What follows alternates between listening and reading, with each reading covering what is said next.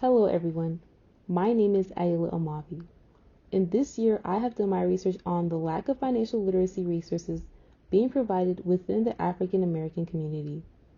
To reintroduce myself, my name is Ayele Amavi, and I am currently a sophomore at the University of North Carolina at Greensboro. I am currently pursuing a bachelor's degree in marketing with a concentration in social media and a minor in French. After college, my hope is to work with a company as a content creator or to work on a social media marketing team. To introduce my study, from the historical injustices to the current political barriers that are set against them, for decades, African Americans have struggled to build wealth in America. The question I have prepared is this: why aren't African Americans being provided with the financial literacy resources to acquire wealth? Below you will see the type of information that I uncovered in doing this research, which I hope to give you more clarity and understanding on by the end of this presentation.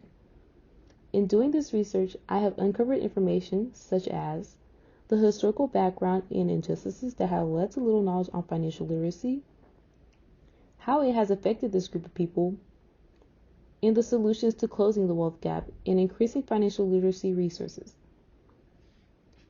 Some of the methods I used in doing this research were reviews of government databases, scholarly articles, statistical analysis, and research on historical backgrounds and injustices. In doing my research findings, it is found that according to AmericanProgress.org, in 2016, the median wealth for Black and Hispanic families was $17,600 and $20,700 respectively, compared with white families' median wealth of $171,000. Below you'll find a list of injustices that have caused a lack of financial literacy resources within the African American community, such as systemic racism, wealth gap that stems from slavery, from when former slaves were to enter society as free people with no finances and an economic opportunity because of laws that have been put in place, like Jim Crow laws that segregated and restricted African Americans in working certain occupations. Educational barriers have also set African Americans back when it comes to financial literacy resources.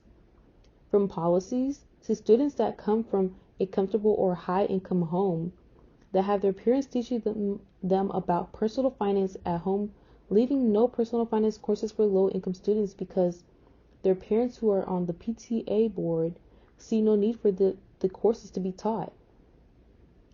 Jim Crow laws also play a big role in this. Jim Crow laws were a law that was put in place in hopes to prevent Black people from seeking economic opportunity, in hopes of keeping them where they are. An example of this is the grandfather clause, which only allowed a man to vote if his grandfather had been a voter before 1867, which was very unlikely since African Americans weren't able to vote until 1870. Because of these historical injustices that have been taking place and still continue out to this day, this has caused a cycle of poverty within the African American community that has been passed on for generations. In hopes of closing this gap, we can provide and implement personal finance courses within our schools, which will provide students with the tools to navigate finances, and providing Black financial advisors and more government assistance, and more.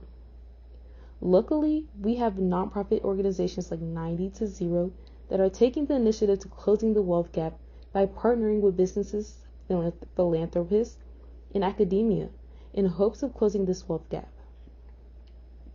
Below to the bottom right corner of this poster, you'll be able to find the sources that I have used in doing this research. Thank you for your time.